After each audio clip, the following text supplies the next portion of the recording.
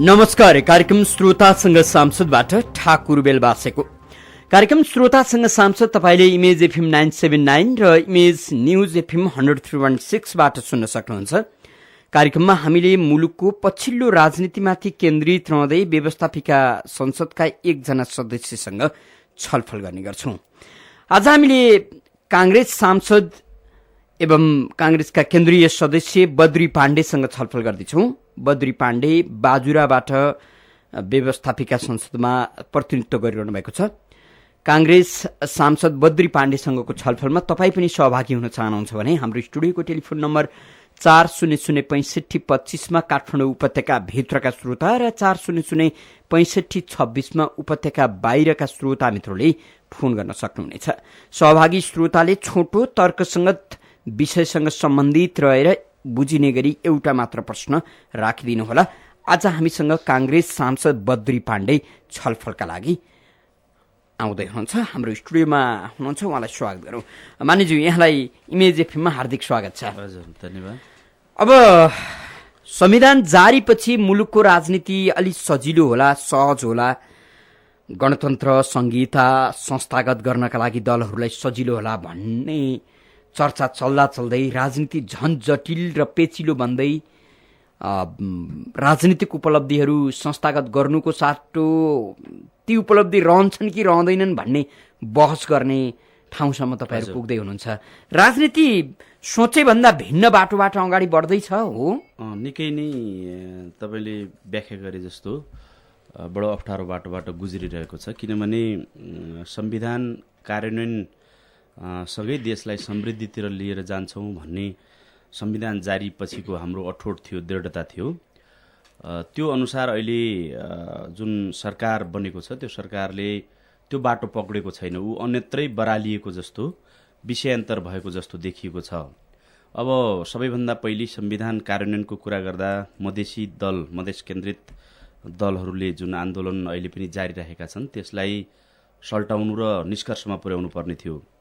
त्यसपछि स्थानीय निकायको निर्वाचन, त्यो पनि नयाँ संरचना खडा गरिकन गर्नुपर्ने थियो र हामीले यो सबै गर्दै प्रदेशको चुनाव समेत गर्दै 74 को माघ 7 अगावै संघीय व्यवस्थापिका प्रतिनिधि सभाको चुनाव र राष्ट्रिय सभाको चुनाव सम्पन्न गर्नुपर्ने यो संविधान कार्यान्वयनको यो व्यवस्थापिकापट्टिको दायित्व थियो। त्यतापट्टि हामी प्रवेशै नहुनु र अन्यत्रै बरालिने कुराले यो संविधान कतै कागजको खोस्टोमै सीमित हुने हो कि भन्ने खतराका अब यसमा तपाईले अलिकति सरकार प्रति अब आक्रोशित पनि हुनुभयो हैन? हजुर।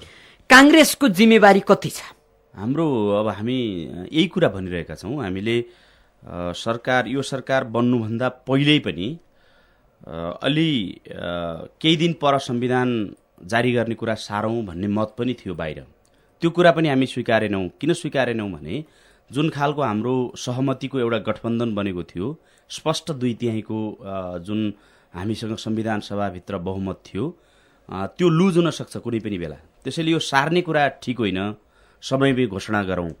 तर केही त्यस्ता असन्तुष्टि छन् भने यो संविधान ढुङ्गाका अक्षरले लेखिएको होइन, हामी संशोधनको बाटोबाट समाधान गर्न सक्छौं, सम्बोधन गर्न सक्छौं भनेर दुईटै बाटो अख्तियार गर्यौं। ढिलो नगरिकन जारी गर्ने कुरा पनि हामीले अवलम्बन गर्यौं र सँगैमा हाम्रो सभापति, तत्कालीन सभापति, प्रधानमन्त्री रहनुभएकै बेला संशोधनको बाटोबाट पनि हामी अगाडि बढ्यौं। यसले गर्दा आन्दोलन गरिरहेकालाई पनि हामीले आश्वस्त पार्ने बाटो लियौं र संविधान पनि जारी भयो। त्यसपछि कार्यान्वयनको दिशामा जुन पहल कदमी सरकारको नेतृत्व गर्नेहरूले जुन खालको पहल कदमी गर्नु पर्थ्यो, सबै पक्षलाई समेटेर लान कोसिस गर्नु पर्थ्यो, त्यो फिटिकै पनि भएको छैन। मैले त्यसै कारणले भनेको। अब संविधान जारी गर्ने सन्दर्भमै बहुमतका लागि गठबन्धनको नेतृत्व गरेर कतै पछिल्लो राजनीतिमा कांग्रेसले भूल गरेको हो कि यसरी बहस गर्न मिल्छ कि मिल्दैन? सहमति संविधान जारी गर्दा ताका संविधान जारी गर्नका लागि बहुमत खोज्दै एक किसिमको गठबन्धन गर्नु नै पनि त एउटा राजनीतिक भूल थियो कि कांग्रेसका लागि? त्यो आवश्यकता थियो त्यो बेलाको। हामीलाई के लाग्छ भने एमाले सँगै मिल्ने कुरालाई हामीले प्राथमिकता दियौं त्यो बेला। किनभने एमालेसँग मिल्ने कुराले हामी 2/3 को नजिक नजिक पुगिसक्थ्यौं त्यो बेला तपाईँले भने जस्तो कुरा नउठेको पनि होइन, माओवादीलाई सँगै लिएर सरकार बनाउनुपर्छ भन्ने कुरा नउठेको पनि होइन। माओवादीले एमालेसँगै किन लत्रिनुहुन्छ, हामीलाई साथमा लिए पनि तपाईँहरूलाई फरक के पर्छ र पनि भनेको हो। तर हामीलाई के लाग्यो भने संविधान जारी गर्ने कुरामा एमाले र काङ्ग्रेस मिल्ने कुराले लगभग 2/3 नजिक पुगिने एउटा, अर्को कतिपय विषयहरू अरू शक्तिहरूसँग भन्दा एमालेसँग हाम्रो निकटता थियो। निकटता भएका कारणले पनि संविधान जारी गर्ने कुरामा सहज हुन्छ, सजिलो हुन्छ भन्ने हिसाबले मलाई लाग्छ त्यो बेला काङ्ग्रेस एमालेको गठबन्धन त्यो समयमा नबनेको भए संविधान बनाउने जारी गर्ने कुरा झन जटिल भएर जान्थ्यो भन्ने लाग्छ मलाई। भनेपछि संविधान कार्यान्वयनका सन्दर्भमा तपाईँ आफै निकै सशङ्कित हुनुहुन्छ। सरकारले फेरि सरकारलाई दोष आरोपण गरे जस्तो हुन्छ। सबै कुरा सरकारमै निर्भर हुँदो रहेछ। सरकारले गठन गरेको छ वार्ता समिति, उप प्रधानमन्त्रीकै नेतृत्वमा गठन गरेको छ, त्यो समिति क्रियाशील भएको छैन। राजनीतिक संयन्त्र बनाउने र त्यसलाई अभ्यासमा लिएर जाने भनियो, त्यस्तो प्रकारको राजनीतिक संयन्त्र बनाउने काम पनि भएन। अझ नेपाली काङ्ग्रेस प्रमुख प्रतिपक्षलाई समेत व्यवस्था गर्ने, अरू जो सत्तामा छैन उनीहरूलाई त्यो व्यवस्था गर्ने बरु कस्तो खालको गठबन्धन बन्यो भने तपाईँ हामी सबैले देखेकै छौँ, जगजाहेर भएकै छ। यो संविधानप्रति नै निष्ठा नभएका शक्तिहरूको चाहिँ गठबन्धन बनाएर त्यो एउटै ढुङ्गामा उहाँहरू सवार हुनुहुन्छ। एउटाले चाहिँ सङ्घीयतालाई कार्यान्वयन नगर्ने गरी त्यसमा ढुङ्गामा पहल पार्दिन खोज्ने, एउटाले गणतन्त्रलाई कार्यान्वयन हुन नदिने गरी पहल पार्दिन खोज्ने। हामीले भनेकै थियौँ संहिता नेपालमा सम्भव छैन भन्नेहरू पनि यही सरकारमा, हामीले भनेकै थियौँ गणतन्त्र होइन नेपालमा भनेर हामीले भनेकै थियौँ भन्नेहरू पनि यसैमा बस्ने र त्यसको नेतृत्व गर्ने कुराले चाहिँ सिङ्गो सरकारको संविधान कार्यान्वयनका प्रति र यो संविधानका प्रति निष्ठामाथि अब हामीले प्रश्न चिन्ह उठाउने फेरि पनि मानिज्यू। अब जस्तो नि अब सङ्घीय गणतन्त्र नेपालको संविधान जारी गरे सँगसँगै यसको जननीको हक दाबी गर्ने काङ्ग्रेस पनि, माओवादी केन्द्र पनि, एमाले पनि, अरू पनि आफूलाई अभिभावक दाबी गर्न रुचाउने दलले कार्यान्वयनका लागि सरकारको मुख ताप्नु भन्दा पनि कार्यान्वयनको जिम्मेवारी बोक्न खोज्ने अथवा कार्यान्वयनका लागि वातावरण बनाउन खोज्ने, सरकारलाई सजिलो बनाइदिने वातावरण सिर्जना गर्न पनि त सक्नु पर्छ। स्वाभाविक रूपमा सरकारको भूमिका बढी हुँदो रहेछ, किनभने हामीलाई राम्रो गरी थाहा छ सुशील कोइराला प्रधानमन्त्री हुनुभएको बेला कतिपटक मधेसी दलहरू बडो तिक्ततापूर्ण एक प्रकारले चाहिँ चुनौती दिँदै उनीहरू बाहिरिन खोजे। कतिपटक माओवादी र एमालेकै बीचमा यति ठुलो तिक्तता भयो कि एउटै टेबलमा फेरि बस्दैनौँ कि फेरि छलफलमा आउँदैनौँ कि भन्ने खालको तिक्तता भयो। त्यो सबै कुरालाई म्यानेज गर्ने काम चाहिँ सरकारको नेतृत्व गर्नेले हुँदो रहेछ।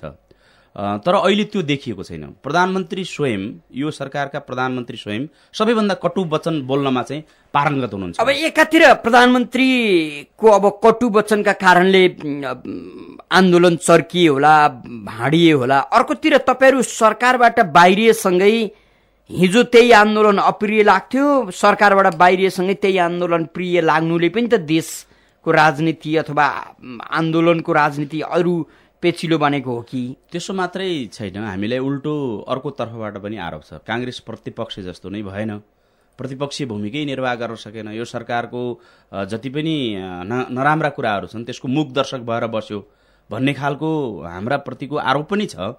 यो सबै किन थियो भनेदेखि केही समय सरकारलाई पर्ख र हेरको स्थितिमा नेपाली काङ्ग्रेस थियो र आजका दिनमा पनि नेपाली काङ्ग्रेस संस्थागत रूपमा हाम्रो पार्टीको के दृष्टिकोण हो भने केपी ओलीलाई विस्थापित गरेर अर्को कोही हाम्रो पार्टीको मान्छेलाई प्रधानमन्त्री बनाउने त्यो ध्येय होइन कि अब हामीले युद्ध स्तरमा संविधान कार्यान्वयनको बाटो नलिने हो भने माघ 7 पछि 2074 को माघ 7 पछि एक प्रकारले फेरि संवैधानिक ग्याप सिर्जना हुन्छ र यो संविधानलाई कार्यान्वयन गर्ने मूल ठाउँ भनेकै व्यवस्थापिका संसद हो। त्यो व्यवस्थापिका संसदै नभएपछि जनप्रतिनिधिमूलक व्यवस्थापिका संसद नभएपछि सबै जटिलता आउँछ भन्ने कुरामा हामी बढी चिन्ताग्रस्त छौँ। त्यसकारणले यो सरकारको अहिलेको रवैयाले यस्ता परिस्थिति झेल्न त तपाईहरू माहिर हुनुहुन्छ नै। अब घटना घट्नुभन्दा अगाडि एक खालको सन्तासमय वातावरणको चर्चा गर्ने, त्यसपछि जब घटनामा पुगिन्छ, जब तिथिमितिमा पुगिन्छ, कुनै न कुनै ढङ्गबाट अझ निर्लज्ज ढङ्गबाट भनौँ न त्यसलाई मिलाउने अवैधानिकतालाई पनि वैधानिकता दिने त नेपाली राजनीतिको चरित्रै हो। माघको पहिलो सातापछि पनि त्यही होला, हामीले त्यही आकलन गर्ने। त्यसैले अब सञ्चारकर्मी साथीहरूले पनि, हामीहरूले पनि, हाम्रो पार्टीले पनि, मलाई के लाग्छ भने अब यो कार्यान्वयनको दिशामा त्यो गरेनौँ भनेदेखि तपाईँले भने जस्तो कुनै खालको टालटुले समाधान त गरिएला, तर यसले संक्रमण लम्ब्याउँछ र यो संविधानको जुन औचित्य हो त्यो औचित्यमाथि प्रश्न चिन्ह लाग्छ र नेपालको राजनीति थप अस्थिरतातिर जान्छ। त्यसैले हामीले बेलैमा अहिले के सोच्नुपर्छ भने यतिखेर हामी अब जेठ महिना उम्किने क्रममा छौँ।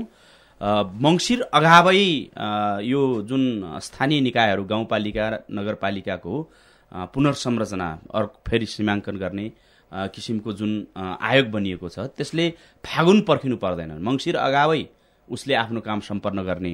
मङ्सिरमा उहाँहरूले भने जस्तै यो सरकारले नीति र कार्यक्रममा ल्याएको छ, नयाँ संरचना तय भइसक्दाखेरि त्यो आधारमा स्थानीय निकायको निर्वाचन गर्ने।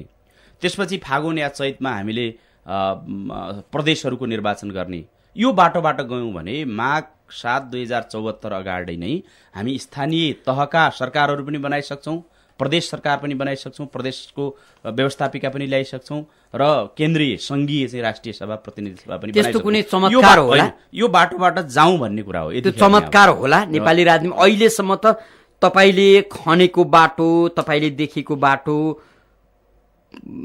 दृश्यमा छैन। हजुर, तपाईँको सपनाको कुरा जस्तै हो, गर्नु चाहिँ पर्ने थियो, तर तपाईँ जस्तै नेताहरूले मनमा सपनामा त्यो खनिरहनु भयो होला, राजनीतिक वृत्तमा छैन। अब फेरि पनि सम्भव छ यो ढङ्गको राजनीतिक चमत्कार होला? अब यो सरकारले जवाफ दिनुपर्छ, या सम्भव छ भने लागिहाल्नुपर्छ, सम्भव छैन भन्ने लाग्ने हो भने उहाँहरूले बाटो प्रशस्त गरिदिनुपर्छ, बाटो खोलिदिनुपर्छ। त्यो सम्भवको बाटो हामीले खोज्नेतिर लाग्नुपर्छ। अब सरकारले बाटो खोलिदिएन भने के त? सरकार परिवर्तन, यही नेतृत्वको सरकारले तपाईँले भनेको जस्तो काम गर्न सकेन भने अब सरकार परिवर्तन गरेर बाटो खोल्ने? हामीले नेपाली काङ्ग्रेसले चाहिँ, मलाई के लाग्छ भने यो कुनै संस्थागत हिसाबले छलफल भइसकेको, निर्णय भइसकेको विषय होइन। काङ्ग्रेसले एउटा खाका प्रस्तुत गर्नुपर्छ। अब यो बाटोबाट हामी संविधान कार्यान्वयनको बाटोमा जान्छौँ भन्ने हामीले खाका बनाउनुपर्छ र त्यो खाका अनुसार यो सरकार चल्ने कुरामा हामीले भरपूर दबाब सुझाव दिने काम गर्नुपर्छ। त्यो भएन भने हामीले विकल्पतिर सोच्नुपर्छ। राष्ट्रिय सहमतिको बाटो निर्माण गर्नका लागि यो सरकारले चाहिँ बाटो खोलिदिने, मार्ग प्रशस्त गरिदिने भन्ने ढङ्गले जानुपर्छ। राष्ट्रिय सहमतिको सरकार भनेको चाहिँ काङ्ग्रेस नेतृत्वको सरकार हुने हो कि होइन? तपाईँहरूले एक समय पुष्पकमल दाहाल मात्रै यो मुलुकका प्रधानमन्त्री हुन लायक छन्, हामीले काँध थाप्छौँ भनेर एकचोटि दौडिनु भयो क्यारे? पुष्पकमल दाहाललाई प्रधानमन्त्री बनाउँदा राष्ट्रिय सरकार हुने हो कि होइन? त्यो जो प्रधानमन्त्रीमा जो पनि हुनसक्छ, त्यो भाषा उहाँहरूले पनि प्रयोग गर्नुभएको छ। तर यो सरकार, अहिलेको जुन सरकारको नेचर छ, जुन गठबन्धन छ, जुन खालको एउटा दुर्विकृत भएको छ नेपालको राजनीति र उहाँहरूको प्रतिबद्धता जतातिर चाहिँ विषयान्तर हुँदै गएको छ, यो ढङ्गले चाहिँ हामी संविधान कार्यान्वयनको बाटोमा जान सक्छौँ। अब अलिकति जस्तो नि बद्री पाण्डेज्यू, अब काङ्ग्रेसभित्र आशा गर्न लायक नेताका रूपमा तपाईँलाई चिनिन्छ, लिइन्छ, फेरि पनि तपाईँ आफै चाहिँ नेपाली राजनीतिबाट कतिको आशावादी हुनुहुन्छ? धेरै आशावादी हुने ठाउँ छैन, तर अब निराश भएर पनि हामीसँग अरू विकल्प छैन। हामीले यही राजनीतिलाई फेरि सुधार्नु पर्नेछ, यही राजनीतिलाई हामीले स्वच्छ बनाउनु पर्नेछ, अपसंस्कृतितिर उन्मुख राजनीतिलाई हामीले असल संस्कृतितिर फेरि रूपान्तरित गर्नुपर्ने। विकल्प खोज्न नसकिएपछि जे छ त्यसमै रमाउन सिक्नु पर्यो, जे छ यसलाई सुधार गर्न सच्याउन सिक्नुपर्छ। नेपाली राजनीति सुध्रिन्छ सबैतिर होइन, यो एक प्रकारले प्रजातन्त्रको डेमोक्रेसीको चाहिँ विशिष्टता भनेकै यही हो भन्ने लाग्छ मलाई। नकारात्मक कुराहरूलाई हामीले इङ्गित गर्ने र इङ्गित भएका कुरालाई आफैले पनि समीक्षा गर्ने, आत्मसमीक्षा गर्ने र त्यसलाई सचाएर। तर हामी कहाँ हेर्नुहोस् न, अब यो प्रजातन्त्रको नकारात्मकताले निर्देशित गरेको अथवा शासन गरेको 2 दशक 3 दशक बित्न लागिसक्यो, धेरै समय भइसक्यो। अब गणतन्त्र आइसकेपछि त सबै पखालिएला भनेको हुँदा तपाईँहरूले के गरिदिनु भने व्यापारीहरूलाई सभासद बनाइदिनु भयो। हजुर। अहिले तिनै व्यापारीहरू समितिमा बसेर आफ्नो व्यापार अनुकूलको ऐन नियम बनाउन थाले अनि यो त झन् प्रजातन्त्रका नकारात्मक चिजले मात्रै हामीलाई छोप्दैछन् नि त। ठिक हो। यसको जुन राजनीतिको जुन स्वच्छता हो, राजनीतिको जुन आदर्श पक्ष हो, त्यो आदर्श पक्ष चाहिँ न्यूनीकरण हुँदै गएको, क्षयीकरण हुँदै गएको स्थिति छ, त्यो वास्तविकता हो। तर यसो भनेर हामी सबै भागदौड मचाएर मात्रै मर्नुभन्दा पहिले खुट्टा तान्ने भनिन्छ नि, त्यसो गरेर मात्रै पनि उपाय छैन हामीसँग। हामीले कोसिस गर्नुपर्छ, हामीले आफ्नो ठाउँबाट निरन्तर कोसिस गरिरहनुपर्छ। सुधारका लागि सबै प्रकारको हामीले तागत लगाउनुपर्छ भन्ने लाग्छ मलाई। हजुर। आदरणीय श्रोता, तपाईँ यति बेला इमेज एफएम 979 र इमेज न्युज एफएम 103.6 सुनिरहनु भएको छ। हामी कार्यक्रम श्रोतासँग सांसदमा छौँ। आज हामीले बाजुराका कांग्रेस सांसद बद्री पाण्डेसँग छलफल गरिराखेका छौँ। यो छलफलमा तपाईँ पनि सहभागी हुन चाहनुहुन्छ भने हाम्रो स्टुडियोको टेलिफोन नम्बर 4006525 मा उपत्यका भित्रका श्रोता मित्र र 4006526 मा उपत्यका बाहिरका श्रोता मित्रले फोन गर्न सक्नुहुनेछ। टेलिफोन सम्पर्कमा कोही श्रोता मित्र हुनुहुन्छ, उहाँलाई स्वागत गरौँ। को बोल्दै हुनुहुन्छ? नमस्कार। हजुर, भन्नुहोस् न। म रोहित दङ्गाल इटारीबाट। रोहितजी भन्नुहोस्। प्रजातन्त्र लोकतन्त्र भन्दै हाम्रो जिन्दगानी गयो। अब यो राजनीतिमा संसदमा पनि तपाईँको प्रतिपक्ष भूमिका निर्वाह पनि गर्नुहुन्न, सरकारमा बस्दा निर्वाह गर्नुहुन्न भने अब नेपालीको हैसियत, अब तपाईँ 27 वर्षमा शासन गर्नु काङ्ग्रेसले गर्यो, एमाले पनि गरिरहेको, कम्युनिस्ट पनि गरिरहेछ। अब नेपाली जनताको हैसियत चाहिँ अब विदेशीको गुलामी गर्ने हो कि नेपालीबाट बाँच्ने हो, सुन्न चाहन्छु। दङ्गालजीलाई धन्यवाद छ। वास्तवमा यो तपाईँको मात्रै प्रश्न होइन, सबै मानिसहरूमा जो हाम्रो देशमा सचेत नागरिकको रूपमा सकारात्मक दिशामा नेपालको राजनीति जाओस्, विकासको बाटो पक्रियोस्, लाखौँ लाख युवाहरूले विदेशी नपरोस्, स्वदेशभित्रै काम गर्न पाइयोस्, यही धरतीमा पसिना चुहाउन पाइयोस्, यसैलाई हराभरा बनाउन पाइयोस् भन्ने भावना राख्ने करोडौँ नेपाली जनताको भावना हो। वास्तवमा हामी पनि अघि नै चर्चा भयो, छलफल हुने क्रममा तपाईँले सुन्नु पनि भयो होला, हामीलाई पनि उद्वेग लाग्छ यदाकदा यो किन भइरहेको छ, यसलाई कसरी सुधार्ने होला भन्ने लाग्छ नै।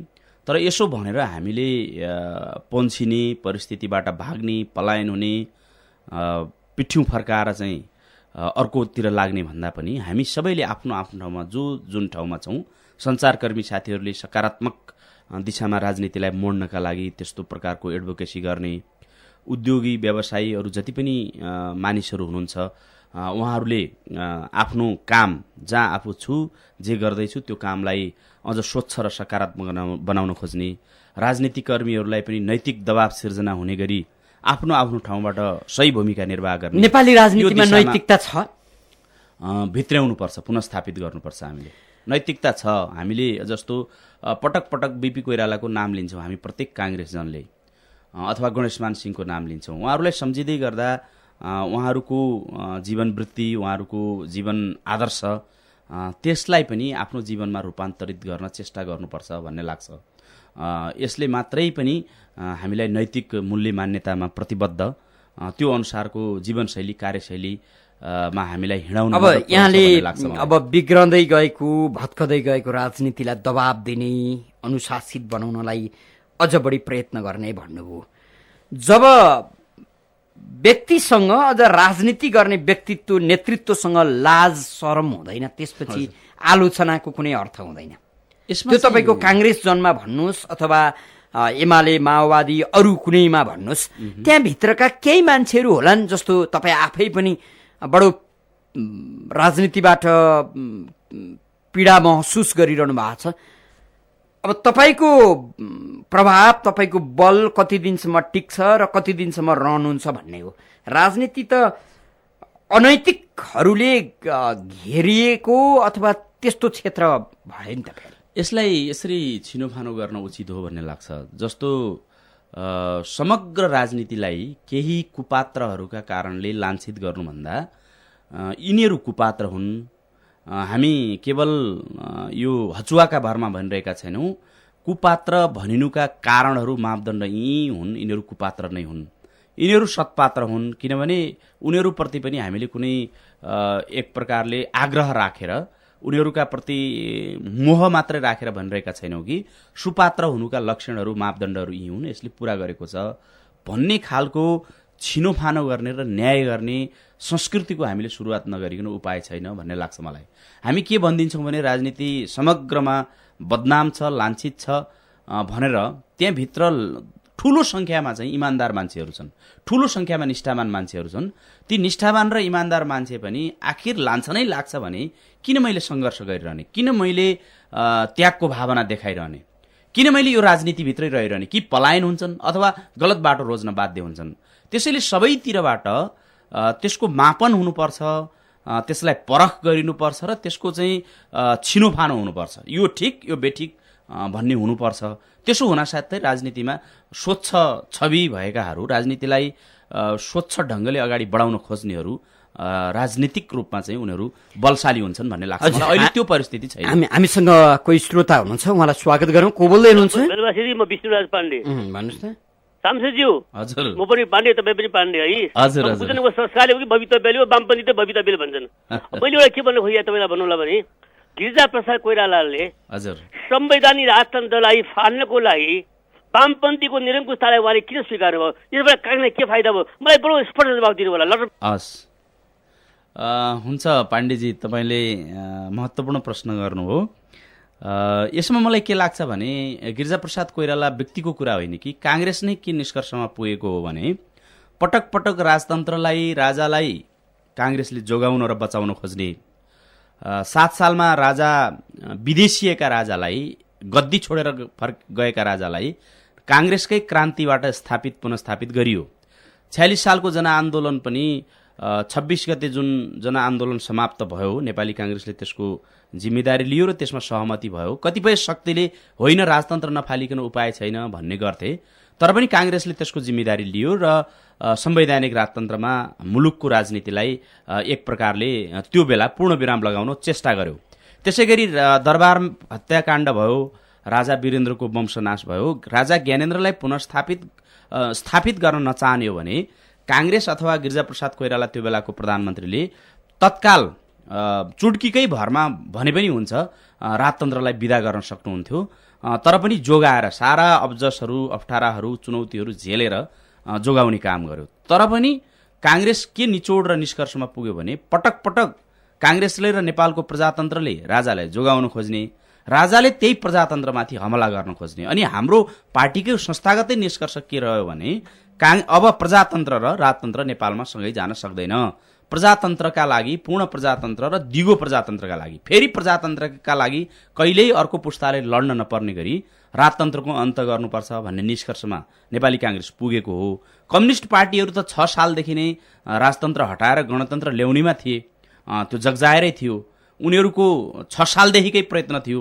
तर हामी पछिल्ला दिनमा मात्रै, विशेष गरी 64मा नेपाली काङ्ग्रेसको महासमितिको बैठकले निर्क्योल निकालेपछि हामी त्यो निष्कर्षमा पुगेका हौँ। अब कतिपय कम्युनिस्ट नेताहरूले राजतन्त्र हटाउन अलि हतार गरिएछ भनेर पश्चाताप गर्न थालेका छन्। त्यसो त अब पुष्पकमल दाहालले परोपकारी तानाशाहको खोजी गर्नुपर्छ भनी पनि राखेका छन्। कतै काङ्ग्रेस जन्म पनि हामीले राज संस्था हटाउनु गल्ती पो गर्यौँ कि क्या हो भने जस्तो त्यो पश्चाताप पलाएको त छैन। हामीलाई व्यक्तिगत रूपमा मलाई पनि त्यस्तो लाग्दैन र हामी संस्थागत रूपमा पनि त्यसमा सहमत छैनौँ।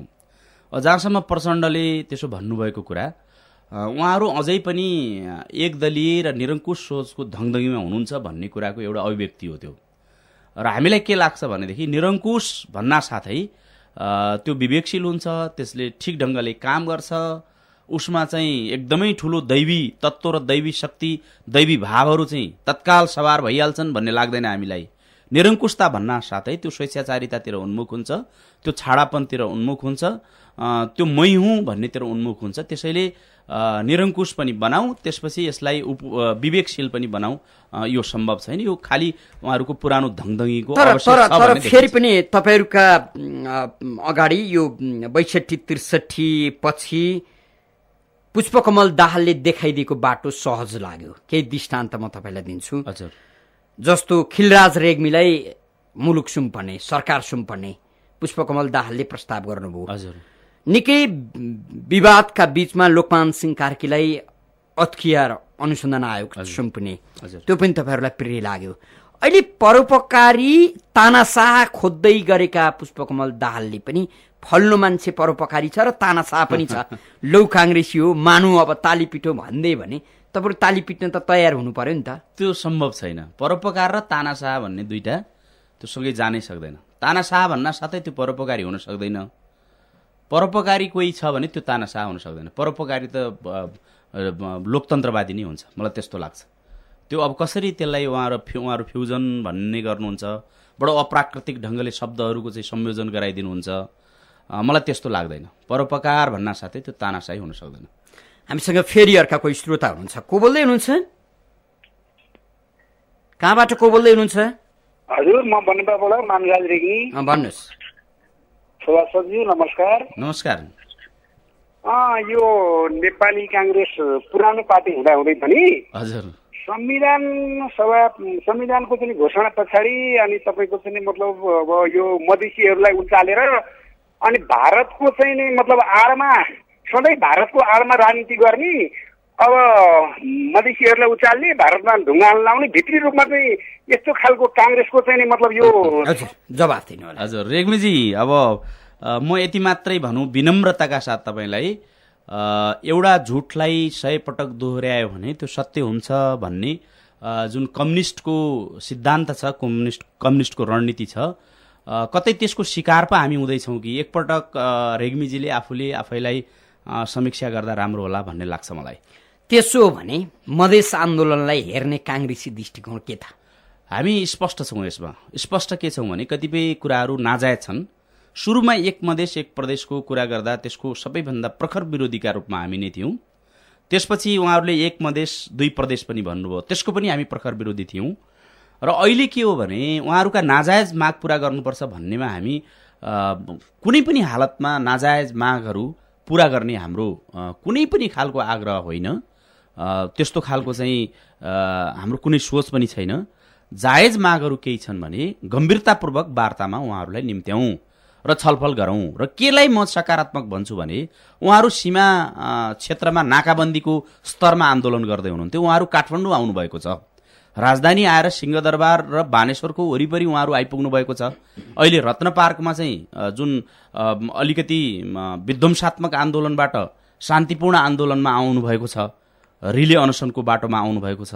त्यसैले उहाँहरू पनि समाधानको दिशामा हो कि उहाँहरूको जुन कार्यक्रम नाकाबन्दीको तहबाट राजधानीमा छिर्नु, अब यदा कदा चाहिँ हिंसात्मक हुने आन्दोलनबाट फेरि शान्तिपूर्ण आन्दोलनमा आमरण अनसन रिले अनसनको बाटोमा आउनु, त्यसले गर्दा उहाँहरू सिंहदरबारबाटै या बानेश्वरबाटै समाधान खोजिरहनु भएको छ भन्ने खालको चाहिँ अभिव्यक्तिका कारणले उहाँहरू सकारात्मक दिशामा हुनुहुन्छ कि हुनुहुन्छ भने किन हामीले तदारुकता नदेखाउने, किन समाधान नखोज्ने भन्ने हो। जहाँसम्म अब मधेसकोसँग सम्बन्धित कुरा हो, सबै मधेसीलाई र सिङ्गो मधेसलाई कसैले भारत परस्त देख्यो भने त्यो अन्यायपूर्ण हुन्छ।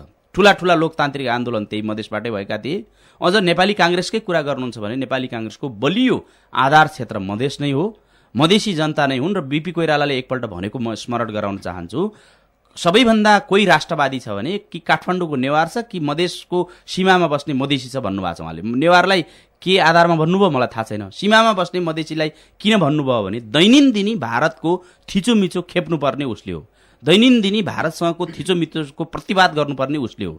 त्यसैले यो राष्ट्रियताको मर्म यदि भारतले हेप्छ भने त्यो हेपाईको मर्म मधेसमा बस्ने मधेसीले जति बुझेको छ, जति भोगेको छ, हामी अरूले भएका छैनौँ। त्यसैले सबैभन्दा बढी राष्ट्रवादी मधेसी जनता हुन् भनेर उहाँले भन्नुभएको म स्मरण गराउन चाहन्छु। त्यसैले सिङ्गो मधेस र पुरै मधेसीलाई त्यो ढङ्गले व्याख्या गरिनु र हेरिनु हुन्न भन्ने लाग्छ। अच्छा, हामीसँग फेरि अर्का कोही श्रोता हुनुहुन्छ, उहाँलाई स्वागत गरौँ। को बोल्दै हुनुहुन्छ? हजुर नमस्कार। हजुर भन्नुहोस् त। ठाकुर सर, आजको अतिथि को हुनुहुन्छ? हाम्रोतिर एफएम आएन कि? अनि बद्री पाण्डे हुनुहुन्छ हामीसँग, काङ्ग्रेस सांसद बद्री पाण्डे। ए काङ्ग्रेस सांसद बद्री पाण्डे। हजुर यहाँ सुन्नु न, म बद्री पाण्डे सरलाई के भन्न चाहन्छु भने, संसदजी नमस्कार। नमस्कार।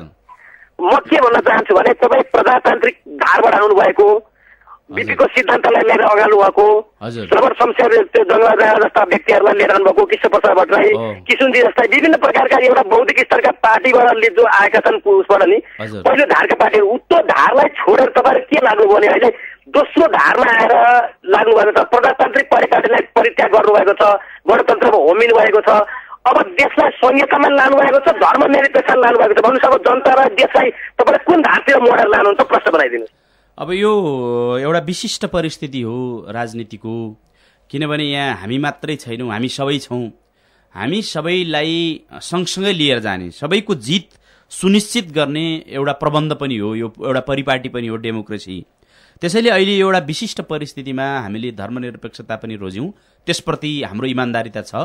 हामीले लोकतन्त्र गणतन्त्र पनि रोज्यौँ, त्यसप्रति पनि हाम्रो इमान्दारिता छ, र संघीयता पनि रोज्यौँ, त्यसप्रति इमान्दारिता छ। यसलाई व्यवस्थित गरेर कसरी अगाडि बढाउने भन्ने चुनौती छ। त्यो चुनौतीको सामना गर्ने सोच, दृष्टिकोण र खाका पनि हामीसँग छ।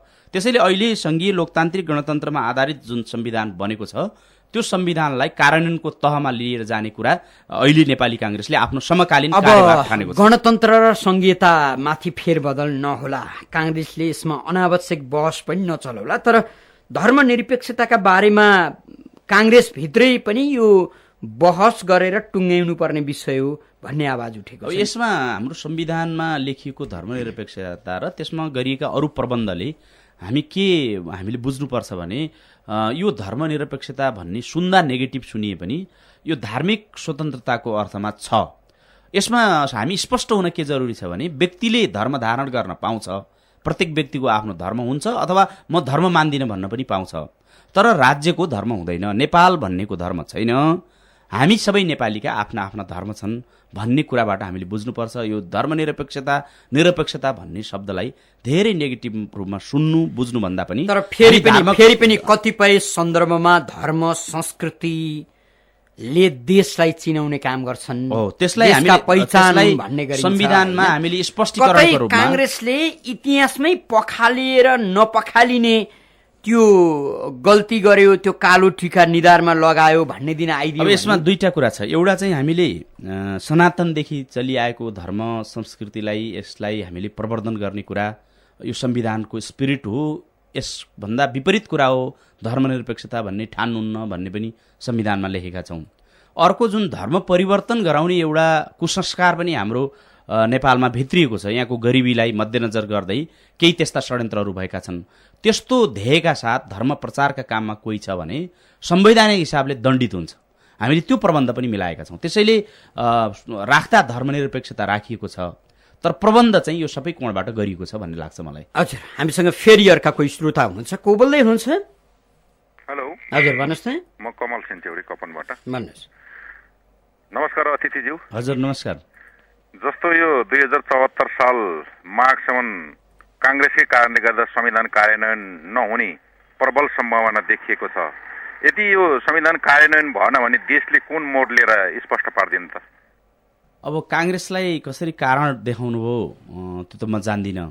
कांग्रेस अहिले मुख्य भूमिकामा छैन। मुख्य भूमिका होइन कि मुख्य भूमिकामा रहेकोलाई ठिक ठाउँमा हिँडाउनका लागि एउटा सुझाव र दबाब दिने भूमिकामा हामी छौँ।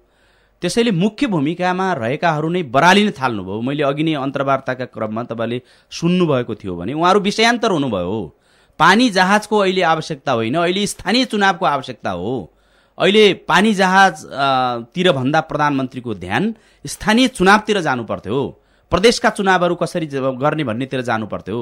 240वटा निर्वाचन क्षेत्रलाई 165 कसरी बनाउने, गाउँपालिका र नगरपालिकाको पुनर्संरचना कसरी गर्ने, त्यतातिर जानु पर्थ्यो भनेर हामी सडकमा पनि भनिरहेका छौँ, सदनमा पनि भनिरहेका छौँ। हाम्रा पार्टीका नेताहरूले पटक पटक प्रधानमन्त्रीलाई भेटेर ध्यानाकर्षण गराउनु भएको छ। तर प्रधानमन्त्री यसरी बरालिनु भएको छ कि अब 30 वर्षका लागि अकण्टक म दरिलो शासक भएँ, मैले शासन गर्ने हो भने जस्तरी बरालिनु भएको छ। उहाँ बडो दिग्भ्रमित हुनुभएको छ।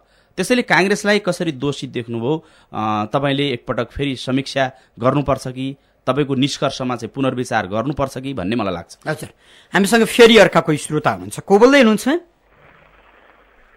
कहाँबाट को बोल्दै हुनुहुन्छ? हजुर, म केशव थामी दोलखाबाट। हजुर भन्नुहोस् त। हजुर सांसदज्यू नमस्कार। नमस्कार। हजुर, भूकम्प पीडितको कुराहरू धेरै चलेन। यो हिजोअस्ति 1.25 लाख चाहिँ नक्कली भूकम्प पीडित भनेर छापियो, लेखियो, कांग्रेसले केही बोलेको देखिएन। तपाईँहरूले सरकार हुँदाखेरि हाम्रो यो जुन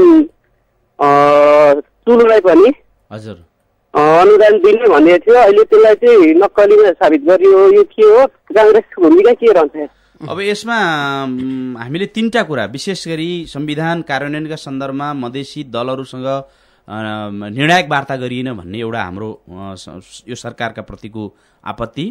दोस्रो, त्यत्रो धेरै पैसा समेत जम्मा भइसकेको, 1 वर्ष बितिसक्यो र हिजो अस्तिसम्मको मात्रै रिपोर्ट थाहा पाउँदाखेरि जम्मा जम्मी 2200 व्यक्तिहरूले मात्रै 50,000 अनुदान पाएको खबर छ।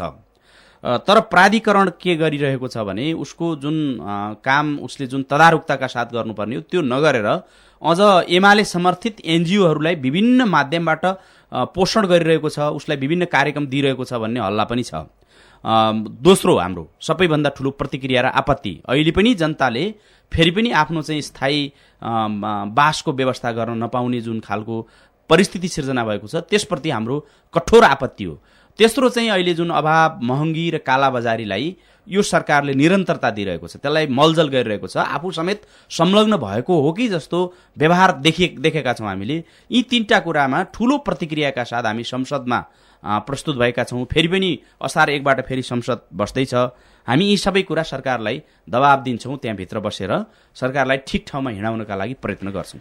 अब मुलुक अत्यन्तै अप्ठ्यारो स्थितिमा छ, यहाँले अघिदेखि हामीलाई बताइरहनु भएको छ। दलहरू आफ्नै ढिपमा छन्, अत्यन्तै आक्रमणीयतामा छन्। सत्तामा पुगिसकेपछि विपक्षीको कुरै सुन्नु हुँदैन।